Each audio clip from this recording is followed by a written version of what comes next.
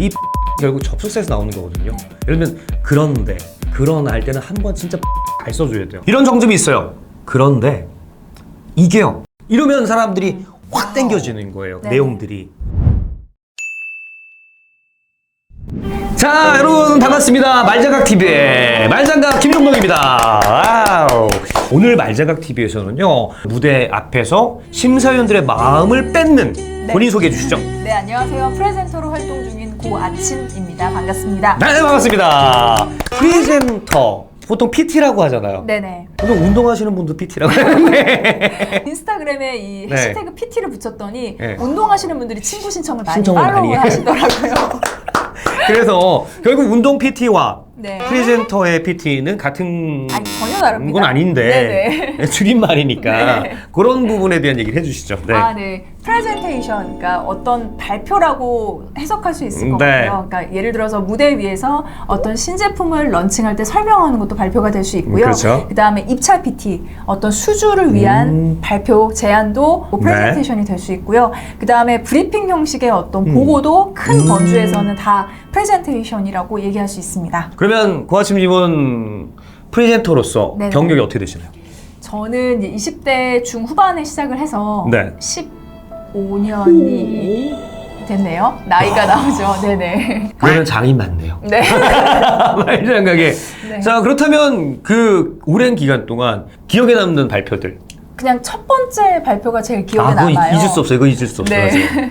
행사 아나운서로 이제 활동을 하고 있었는데 아는 분이 저한테 PT 할 수 있어? 라고 물어보시더라고요. 근데 제가 좀 모험심이 강하거든요. 해보자, 한 그냥. 번도 안 해봤는데 예, 당연히 하죠. 라고 대답을 해서 열심히 막 일주일 네. 넘게 막 고생해서 따냈던 기억이 아, 그래서 아직까지 첫- 남아있어요. 첫 발표는 되게 기억 남았을 텐데 네네. 그 중에서 정말 가장 큰, 가장 기억에 남는 발표, 성공적인. 성공적인 성공은 워낙 많이 해서 근데 예. 18대 1을 제가 땄을 때가 아. 네, 최고 경쟁률이었던 것 같아요. 오. 네. 규모는 얼마나 있어요? 이거? 그냥 뭐 엄청난 규모는 아니었고요. 그냥 몇 억대 정도였어요. 몇 억대 정도. 네네. 그래서 경쟁이 치열했는데. 네네. 그러면 그거에 관련된 노하우들이 많으시겠네요? 네, 뭐 나름대로 있습니다. 오늘 공개해 주시는 건가요? 네네, 공개해드리겠습니다. 좋습니다.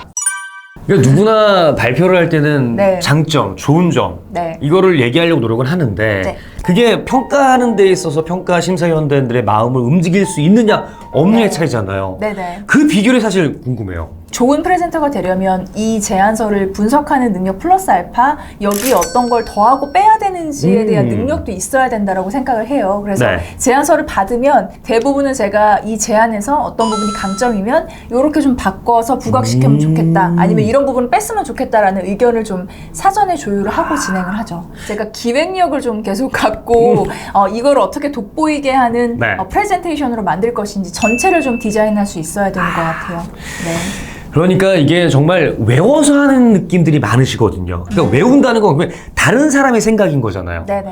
그게 아니라 그 정보가 내 거인 것처럼 생각을 하면서 말을 하게 되면 몰입감도 생기고 진정성도 느껴지고 감정도 살아날 수 있다는 거죠. 네. 결국은 외워서 하는 사람들은 쉽지 않다는 거예요. 네. 후배들이나 이렇게 프레젠터들이 물어보면 절대로 그거 그대로 읽지 말라고 그러니까요. 가장 강조하는 첫 번째가 그건 것 맞아요. 같아요. 그러니까 내 언어로 내가 이해를 해서 전달하고 내 생각을 덧붙여야지 거기 프레젠터의 화면 안에는 다 보고서 형식으로 문장이 내용들이 작성이 있어요. 돼 있어요. 그 단어도 굉장히 어렵고 근데 그걸 그대로 읽으면 듣는 사람도 이해 못해요. 나도 이해 못하고.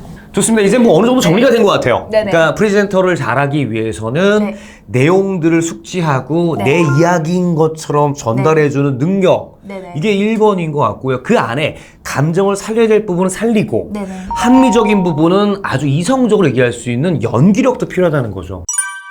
자, 이렇게 프레젠터에 대한 얘기를 하다 보니까 더 궁금해졌어요. 어떻게 하면 잘할 수 있을까? 어떻게 하면 성공할 수 있을까? 나도 하고 싶다. 이런 생각들 하는 분들이 계실 수 있거든요. 그러니까 뭐 전체 기획자의 마인드를 본다는 건 이제 알겠는데 아니 기획자의 마인드를 본다고 해서 그걸 말을 잘할 수 있는 건 또 아니거든요. 일반인들에게는. 네. 그 부분도 좀 넘을 수 없는 벽인데 기획자로 보는 시선을 갖고 말은 또 어떻게 해야 될지. 우선은 저는 개인의 이제 개성을 살리는 그런 말투가 좋은 것 같아요. 아, 그래서 이 일부러 뭐 가끔은. 저처럼 이렇게 훈련받은 사람처럼 다 정확하게 말씀하실 필요는 없고요.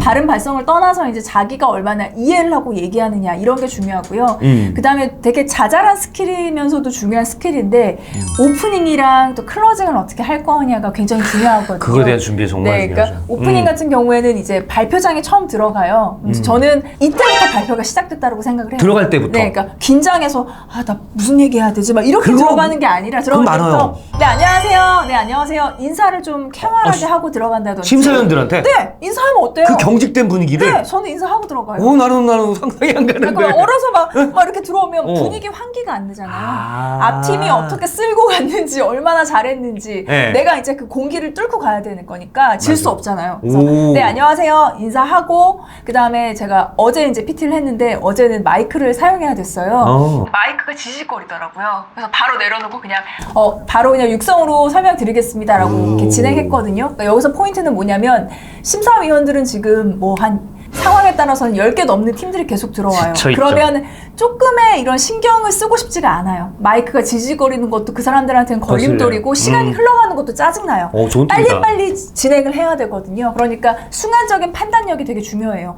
야, 이렇게 현장에 대한 경험이 없다라면 알 수 없는 그런 정보였던 것 같고 네. 정말 소중한 꿀팁. 네. 감사드려요. 네네. 그럼 들어갈 때 진짜 환하게 웃으면서 네, 인사하는 게 들어갈 좋겠네요. 때부터, 네, 그리고- 안녕하세요. 진짜 잘하실 것 같아요. 만약에 끝났는데 네. 제 마음대로 이제 발표가 안 됐어요. 그럴 경우에도 인상 쓰고 막 나가는 게 아니라 네. 수고하셨습니다. 끝까지 좀 어떤 긍정적인 이미지를 줄 수 있게 거기까지가 발표거든요. 결국 네. 발표는 내가 말하는 순간이 아니고 들어가고 나가는 순간이 네. 결국 발표의 시작과 끝이다. 네네. 일단 이제 그런 부분도 너무 좋지만 네. 그 말에 관한 것도 안 할 수 없고 우리 말장각이거든요. 네네. 말할 때 어떤 나름대로의 어떤 비법들 어. 이것도 굉장히 궁금해하거든요. 되게 디테일한 부분이긴 한데 포즈 일반적으로 이제 스피치를 배우시는 분들은 포즈의 활용을 들어보셨을 거예요. 맞아요. 근데 저도 지금 이렇게 비슷한 톤으로 속도로 얘기하다가 어느 순간에 그냥 의도적으로 침을 삼킨다든지 약간 정적을 한 1, 2초 줘요. 리듬을 약간 깨버리는 거죠. 그럼 그 사람들이 의도적으로 들리는 소리처럼 이렇게 계속 가다가 갑자기 뭐가 리듬이 변화하네라고 저를 쳐다보거든요. 약간 저 사람 왜 저러지? 라는 어떤 변화. 이거 힌트 너무 많이 줬다. 이거 나만 알고 있어야 되는 거였나? 그러니까 이게 저는 접속사를 좀 잘 활용하라고 네네. 얘기해 주고 싶어요. 이 포즈는 결국 접속사에서 나오는 거거든요. 네. 예를 들면 그런데 그러나 할 때는 한번 진짜 포즈를 잘 써줘야 돼요. 네. 이런 정점이 있어요. 그런데 이게요. 이러면 사람들이 확 땡겨지는 거예요. 네. 내용들이.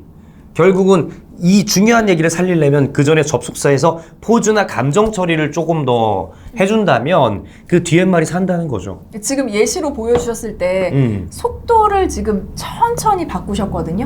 이런 정점이 있어요. 그런데 이게요. 네, 그런 부분이 필요해요. 잠깐 끊어갔다가 계속 가던 속도가 아니라 천천히 갈 수도 있고 또 어떤 부분에서는 또 빠르게 갔다가 그렇죠. 네, 이런 부분들, 변화되는 부분들이 필요한 것 같아요. 저 프레젠터 꿈꾸는 친구들에게 마지막으로 한 말씀 부탁드립니다. 평소에도 제가 뭐 아까 운동도 한다 그러고 뭐 여러 가지 말씀드렸는데 평소 생활에서부터 이제 프레젠터는 약간 자기 마음도 좀 다스려야 되고 운동도 좀 하면서 긴장된 상황에서도 좀 몸은 편안하게 맞아요. 릴렉스 할 수 있게 그런 좀 기초 체력이나 마인드를 좀 다져 놓으시면 좋을 것 같아요. 그리고 뭐 당연히 프레젠터를 하시는 분들은 다 하시는 과정이겠지만 이 프레젠터가 붙었던 떨어졌던 이 프레젠테이션의 결과가 어떻든 다시 한번 좀 복귀하는 시간 이게 됐으면 왜 됐는지 안 그렇지. 됐으면은 어떻게 내가 질의응답 시간에 답변을 했었어야 할지 다시 좀 정리해보면 또 그게 많이 공부가 되는 것 같아요. 자, 여러분 방송이 좋았다면 구독, 좋아요. 알람까지.